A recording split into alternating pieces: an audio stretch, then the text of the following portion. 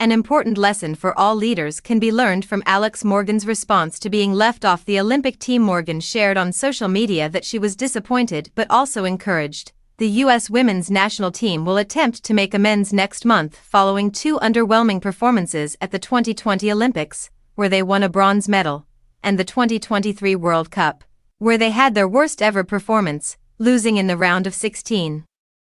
When it does, it won't have its most well-known player, who also happens to be one of its top goal scorers, on board.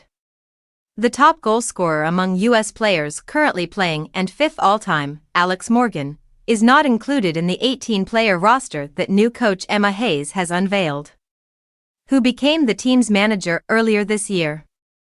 Since 2008, Morgan has participated in every Olympics, taking home gold in both 2008 and 2012. Additionally, she won the World Cup in both 2015 and 2019. She tied the record for most goals scored in a World Cup match in 2019 when she scored 5 against Thailand. Morgan, who scored 2 goals in earlier this year's international matches, was a member of the most recent USWNT roster. If nothing else, her exclusion from the Olympic roster signifies the end of an era, which makes it noteworthy.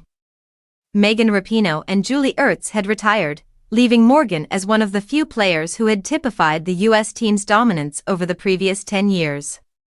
To be fair, it's not shocking at all that Morgan won't be traveling to Paris. Earlier this year, Morgan was not initially included on the roster for the CONCACAF tournament.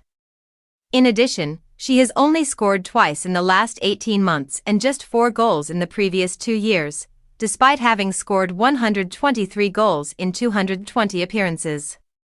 Morgan, 35, looks to have been overlooked in favor of a team whose average age is nearly 9 years lower than her own. Hayes' preference to set up the team for future success rather than harboring nostalgia for the past makes sense. The 2027 World Cup will take place. Alex Morgan's chances of being in that squad were already dwindling. Then it shouldn't come as a huge surprise that Hayes has decided to concentrate on developing players who can improve upon the nation's worst ever performance.